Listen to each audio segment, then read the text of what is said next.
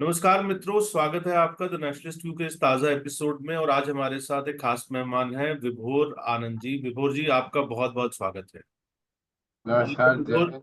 जी, विभोर जी जो है वो एक युवा अधिवक्ता हैं, यंग लॉयर हैं। और उन्होंने हाल ही में एक बड़ा इंटरेस्टिंग पिटीशन जो है वो president of India Shrimati Droupadi Murmu को भेजा है। उस पिटीशन में उन्होंने ये कहा है कि ये जो 99 सांसद कांग्रेस के चुनकर आए हैं उनको डिस्क्वालीफाई करना चाहिए, क्योंकि चुनाव संबंधित नियमों का उल्लंघन करके जो रिप्रेजेंटेशन ऑफ पीपल एक्ट 1951 है उसका उल्लंघन हुआ है, नियमों का उल्लंघन हुआ है। तो इसको लेकर हम आज चर्चा करेंगे कि ये जो पिटीशन है ये उन्होंने क्यों भेजा, इस पिटीशन के पीछे क्या कारण है और इसके क्या इम्प्लीकेशंस हो सकते हैं। तो विभोर जी, आपका बहुत बहुत स्वागत है एक बार फिर से। तो मैं आपसे ये जानना चाहता हूँ, और विभोर जी का थोड़ा सा जो उन्होंने मुझे ये बताया, तो मैं थोड़ा एक कैवेट आप लोगों को दे देता हूँ कि हालांकि विभोर जी आना नहीं चाह रहे थे, लेकिन हम जबरदस्ती उन्हें ले आए, क्योंकि उन्होंने ये कहा कि वो थोड़ा सा जब बोलते हैं तो थोड़ा एक माइनर स्पीच डिसऑर्डर की वजह से कई बार ऐसा लगता है कि थोड़ा सा जो है वो सामान्य तौर से बात नहीं हो रही है, तो उसको आप कंसिडर करके चलें। और तो विभोर जी, हालांकि मुझे कोई ऐसी बात नहीं लगी उनसे चर्चा करते हुए, लेकिन फिर भी उन्होंने कहा तो हमारा आग्रह है दर्शकों से। और विभोर जी बताइए कि क्या ये पिटीशन आपने कब भेजा, और इस पिटीशन के अंदर क्या है और क्यों भेजा। पहले तो थैंक यू आनंद जी, मुझे इनवाइट करने के लिए। आप जैसे सीनियर पत्रकार के साथ जुड़ना बहुत बड़ा सौभाग्य है मेरा। और थैंक यू, आपने जनता को एक वार्निंग दे दी कि मेरी स्पीच डिसऑर्डर है। क्योंकि कई बार पीछे भी मेरे साथ हुआ है। लोगों ने ट्रोल बहुत किया मुझे, तो मैं थोड़ा सा हिचकता हूँ अब आज की डेट में कैमरा के सामने आने में। रही बात इस पिटीशन की, इस केस की, तो ये एक ऐतिहासिक केस। सबसे पहला इतिहास ये रचा गया है कि पहली बार 99 सांसद एक साथ डिस्क्वालिफिकेशन की तलवार उनके लटक। और उससे भी बड़ा इतिहास ये है कि पहली बार पूरी की पूरी एक पॉलिटिकल नेशनल पार्टी ने एक ऐसा काम किया जिसकी वजह से उनकी पूरी की पूरी पार्टी इस टाइम पे रेडार पे आ चुकी है। कानून, चुनाव के कानूनों का उन्होंने उल्लंघन किया। जैसे कि आपने बोला, रिप्रेजेंटेशन ऑफ पीपल एक्ट 1951, ये जो बनाया गया था तो पंडित नेहरू ने के टाइम पे बनाया था। उसके बाद पंडित नेहरू 3 बार चुनाव जीत के इसी एक्ट के अंडर में प्रधानमंत्री बने। लेकिन शायद वो भी नहीं देख पाए होंगे, उनकी दूरदर्शिता कम रह गई कि एक समय ऐसा भी आएगा कि उनका खुद की पार्टी और उनका खुद का परिवार उन्हीं के बनाए हुए कानूनों की धज्जियां उड़ाएगा। सेक्शन 123(1) आरपीएफ का बहुत कैटेगोरिकल है, बहुत क्लियर है कि जो ब्राइबरी है वो डिफाइंड है। ब्राइबरी कोई भी ऑफर, प्रलोभन, यानी किसी भी रिश्वत, रिश्वत, वोटर को किसी भी प्रकार से रिश्वत देना। हाँ, रिश्वत देना। अगर आप उसको इंड्यूस कर दो कि आप हमें वोट करो, हम आपको ये देंगे, चाहे वो कैंडिडेट करे या उसका कोई एजेंट करे या उसका कोई और बंदा उसकी कंसेंट के साथ। और यहाँ पे हजारों वीडियोज आ चुकी हैं ये साबित करती हैं कि राहुल गांधी से लेके एक एक कांग्रेस के नेता ने, वॉलंटियर ने, कार्यकर्ता ने इसी बात को लेके घर घर जाके कैंपेन किया कि आप हमें वोट करो, हम आपको 8,500 में जिता देंगे। तो इससे बड़ा सबूत शायद ही कभी आया होगा वो जो ब्राइबरी। खटाखट खटाखट वाला जो स्लोगन था इनका कि आप हमें खटाखट के वोट अलावा डालिए, क्या हम आपको 8,500 रुपए आपके खाते में देंगे। देंगे, या लाख रुपए साल का देंगे। और अब 1 लाख रुपए भी इन्होंने कहा था कि हर महिला को वो तो देंगे। इस लाख रुपए साल को उन्होंने 8,500 में महीने में कन्वर्ट कर दिया। वो और 95-96 हजार से यही आते फिगर आती है। तो आप ये देखिए अरुण जी की कैटेगोरिकल इंड्यूसमेंट है। Right from lower level of कार्यकर्ता, जब आप देख रहे हैं कि वीडियोज आ रही हैं लोगों की कि कैसे इन्होंने घर घर जाके ये गारंटी कार्ड बांटे और बोला कि जैसे ही सरकार बनेगी या फिर जैसे ही आपके आएगा आपको ये पैसा मिलना चालू है। अब ये एक पॉइंट ऑफ तो ये डिबेट जो है। कार्ड, मैंने आपको पिटीशन की कॉपी देखी, जो कार्ड आप इन्होंने बांटे हैं, तो उसमें नीचे आपने पिटीशन में शायद लिखा है कि राहुल गांधी के और मल्लिकार्जुन खड़गे के डिजिटल हस्ताक्षर भी सिग्नेचर। है। तो थोड़ा इसके बारे में भी बताएं। देखिए, कानून अगर ये नॉर्मल कार्ड बांट देते, ये साइन करके मर गए। सिग्नेचर, अब एक नॉर्मल कार्ड कोई भी बंटवा सकता, डिजिटल सिग्नेचर आसानी से तो कोई यूज करेगा नहीं, अगर यूज करेगा तो उसके खिलाफ कार्रवाई। अब इन्होंने करोड़ों कार्ड बांटे, किस किस के ऊपर ये कार्रवाई करे? और उसके पीछे लिखा हुआ है ऑल इंडिया कांग्रेस कमेटी के द्वारा छापा गया ये कार्ड है। और सबसे बड़ी बात ये है, उसके स्कैनर दिया गया, जिसके बाद उनका मैनिफेस्टो खुल जाता है, उनकी वेबसाइट पे जाते हैं लोग। तो पॉइंट आप समझिए बात, ये बहुत कैटेगोरिकली ब्रेन वॉशिंग की गई वोटर्स की, कि आप हमें वोट देंगे तो हम आपको लाख रुपए साल में, या फिर अब एक पॉइंट ऑफ आर्ग्यूमेंट आता है कि सरकार बनी नहीं तो क्यों पैसे दें। बात सरकार बनने या ना बनने का नहीं था, बात ये ना कि आपने किस तरह से काम करके, what was the point of attraction towards you, जो इंड्यूसमेंट। देखिए, चुनावी वादे सब करते हैं, हर बंदा करता है, बीजेपी भी करती है, कांग्रेस भी करती है, बीएसपी भी करती है, सीपीआईएम भी करती है, लेकिन उस चुनावी वादे का क्या फार रीचिंग कॉन्सिक्वेंस होता है, और उससे वोटरों को कैसे इंड्यूसमेंट मिलती है। एक प्री पोल होता है, पोस्ट पोल होता है। पोस्ट पोल में जो हरकतें हो रही है, अब आप सबसे बड़ी इंपॉर्टेंट बात देखिए, एज पर जो रिपोर्ट्स आ रही है, कई जर्नलिस्टों से मेरी बात हुई, वो कह रहे हैं कि इन्होंने सिर्फ एक पर्टिकुलर कम्युनिटी के लोगों को 95% काट पा। तो पर्टिकुलर कम्युनिटी यानी मुस्लिम्स को बेसिकली। जी हाँ, जी जी जी। हाँ, क्योंकि मुस्लिम्स आपकी को पिटीशन में भी मेंशन्ड है कि खास कर। मेंशन है, मुस्लिम मुस्लिम वर्ड मेंशन है मेरी पिटीशन के नहीं ठीक अंदर। है, वो इसीलिए मैंने ले लिया। जी। हाँ, उसमें कोई दो राय नहीं है, ना ही मैं कोई पॉलिटिकली करेक्ट स्टेटमेंट देने के लिए बैठा हूँ यहाँ पर कि मुझे बहुत डिप्लोमेटिकली जवाब देना है। बस एक वो एक होता है कि पॉइंट ऑफ एक्शन क्या है क्या नहीं है। इन्होंने सीधा सीधा मुस्लिम अपीजमेंट के नाम पे इंड्यूस करने के लिए, अब यहाँ पे दो दो चीजें आ जाती हैं। एक तो इंड्यूस किया, और वो भी एक पर्टिकुलर कम्युनिटी को। तो वहां पे इलेक्शन लॉ बहुत क्लियर है। और सबसे बड़ी बात आनंद जी, 2 मई 2024 को इलेक्शन कमीशन ने ऑलरेडी डिक्लेयर कर दिया था कि ये जो आप रजिस्ट्रेशन करा रहे हैं पोस्ट पोल बेनिफिट, ये खराब प्रैक्टिस इसमें गिनी जाएंगी। मीडिया में आई है चीज, लेकिन हाईलाइट नहीं हो पाई या कर नहीं पाए लोग।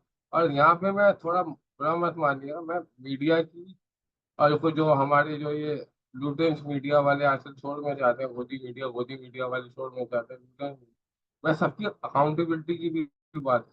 इनको नहीं पता था, ये तो ग्राउंड पे थे कि क्या हरकतें हुई। नहीं, मैं आपकी बात से आज ये सहमत हूँ। वीडियो सामने आ रही है, आज ये वीडियो एक के बाद एक सामने आ रही है, यानी पहले से बनी हुई थी ना ये वीडियो, कहाँ से आई? यानी इनके पास सब कुछ था।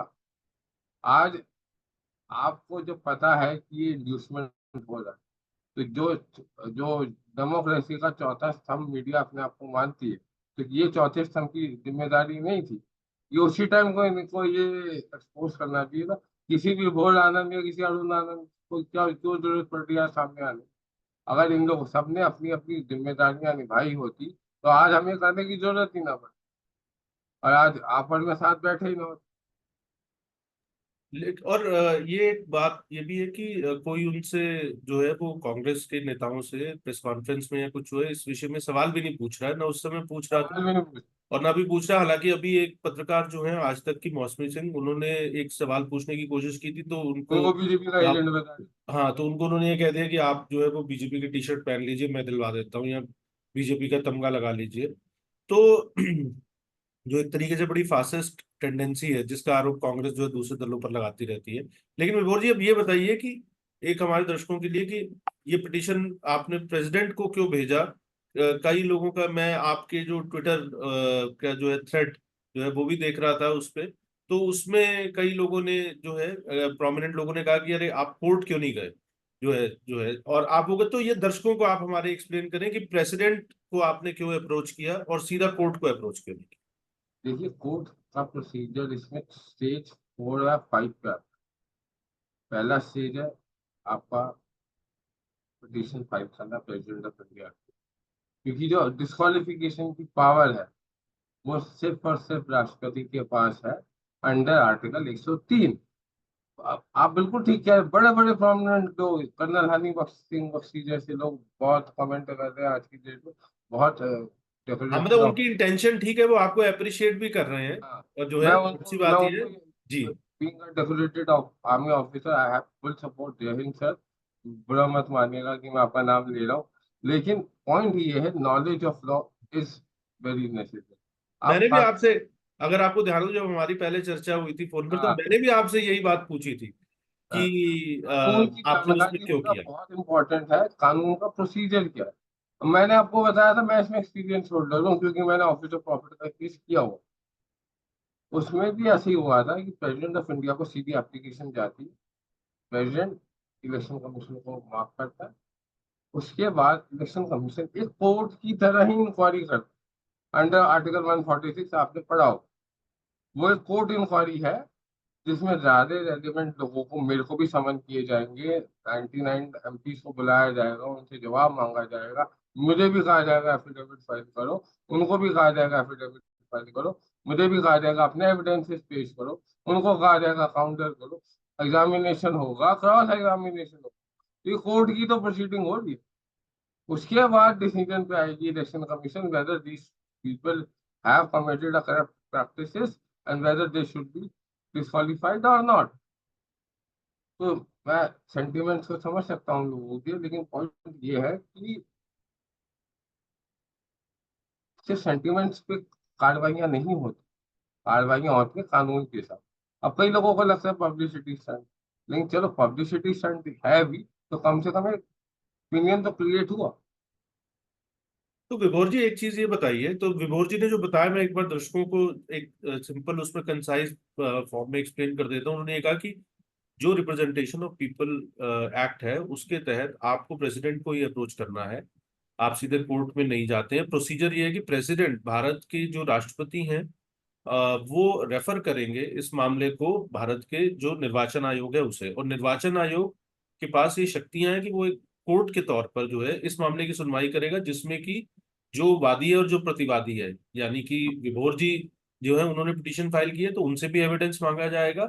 और जो जो कांग्रेस के 99 एमपीज हैं जो चुनकर आए हैं, जिन पर आरोप है कि ये झूठ और फरेब के आधार पर और रिश्वत के आधार पर चुनकर आए हैं, तो उनकी भी जो है एविडेंस लिए जाएंगे। उसके बाद कोर्ट फैसला इलेक्शन कमीशन इस मामले में, निर्वाचन आयोग अपना फैसला देगा। उस फैसले से अगर कोई असहमत है, तो वो कोर्ट जा सकता है उस फैसले को चुनौती देने के लिए। तो विभोर जी एक चीज ये बताइए अब अंत में चलते चलते, कि ये जो अगर मान लीजिए राष्ट्रपति जो है इसको रेफर आगे नहीं करती, फॉर एग्जाम्पल, करना पड़ेगा।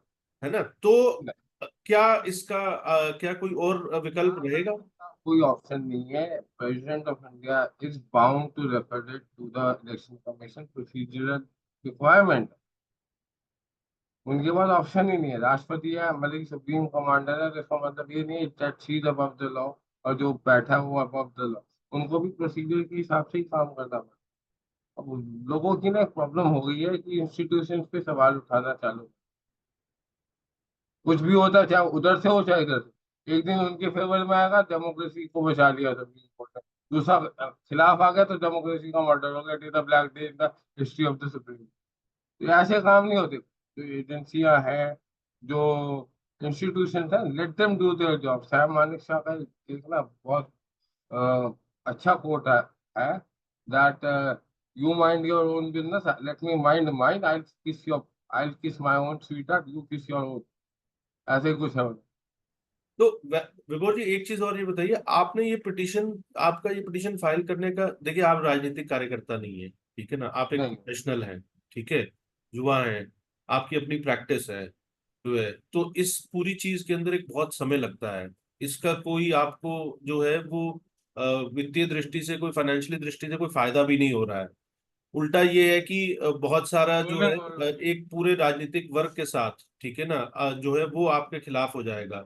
लेकिन तो मैं इस बात को बड़ा अप्रिशिएट करता हूँ, और हमारे दर्शक भी अप्रिशिएट करेंगे कि आपके जैसे युवा लोग जो है इस प्रकार की जो है वो मुद्दे उठा रहे हैं। पर आपने जैसे ये मुद्दा उठाया, तो इसके पीछे आपका ऑब्जेक्टिव क्या है जो है, ये ये मैं जानना चाहता हूँ, ताकि बाकी और भी लोग आपसे जो है वो इंस्पायर होकर ये कर सकें। बैकग्राउंड देता हूँ कि चालू कैसे।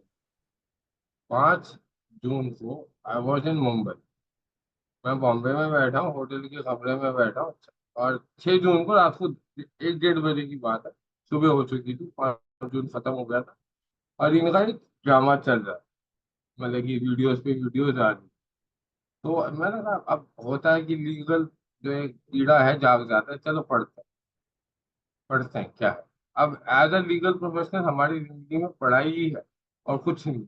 पढ़ते 2:10 तक मैं कंफर्म हो गया था रिसर्च मेरी कि ये this is an act of practice.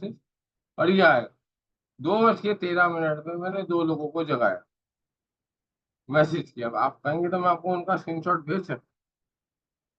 और दो नहीं नहीं, अज्ञात मुझे लोग मुझे भरोसा है इस चीज पे जो है। दो जी। अज्ञात लोग थे, जिसमें से एक मेरा टीम मेंबर ही है, और वो भी बसीन ही है, आप समझ गए होंगे कि हमारी उनकी जो होता है हमारे बिरादरी वाला।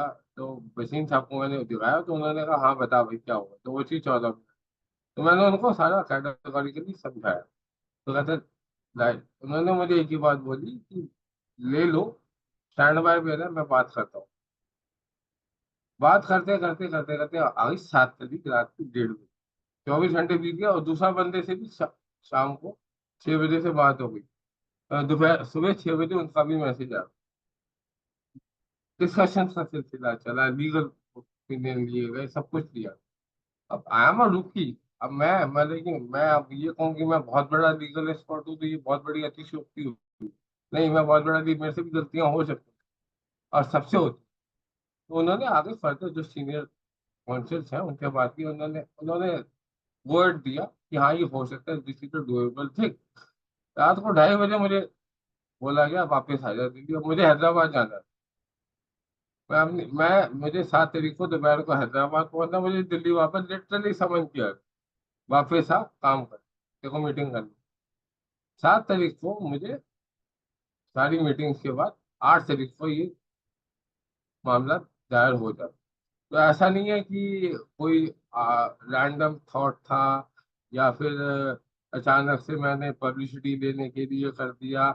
बहुत कैटेगोरिकल डिस्कशंस होती हैं, बहुत लेवल्स पे होती हैं। हाँ, अब आप ये कह सकते हैं आइडिया मेरा था तो मेरा नाम दिया गया कि it is your your idea, तो यू गो फॉर इट। तो कोई भी कर सकता है यार। मैं कोई आसमान से उतरा हुआ लॉयर तो हूँ नहीं जिसने कोई अलग देश के कानून पढ़ रखे। इसी देश के कानून है, कांग्रेस के बनाए हुए कानून है, अपने पंडित नेहरू के टाइम के पास किए हुए कानून है। उन्हीं उन्हीं कानूनों को हवाला देके मैं कुछ अगर लूपहोल निकाल रहा हूँ तो मैं कोई गलत तो काम कर नहीं रहा। कांग्रेस की तरफ से कोई जो है पुशबैक, ट्रोलिंग जो है, कैसा रिस्पांस अभी तक जो है आपके आसपास जो है, कैसा आपको कोई पुशबैक आ रहा है? ऑनेस्टली मैं उनसे ज्यादा मैं राइट विंगरों से परेशान हूँ। वो ज्यादा ट्रोल करते हैं।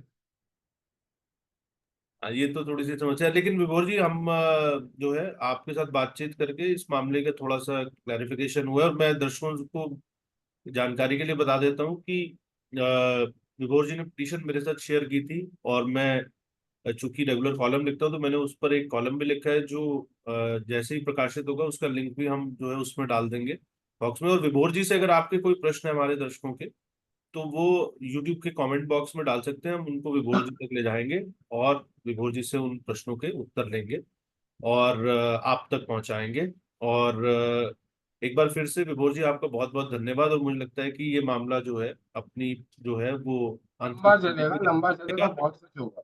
जी बहुत तो कुछ होगा इस मामले जी, और हम लगातार जैसे में। जैसे देखिए ये मैं जर्नी आगे बढ़ेगी इस मामले अरुण की। जी जी। जाते जाते एक चीज बोलना चाहता हूँ।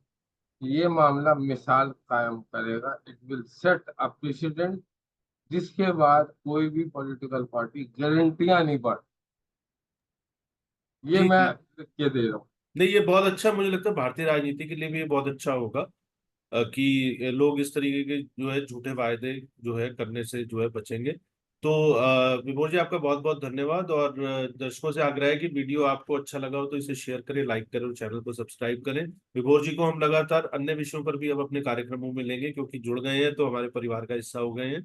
तो विभोर जी, ऑल द बेस्ट। और थैंक यू आपके सर। जैसे जो युवा हैं वो उनको देख के जो है वो अच्छा भी लगता है कि और लगता है कि देश का भविष्य जो है वो उज्जवल है। बहुत बहुत धन्यवाद और बहुत बहुत शुभकामनाएं।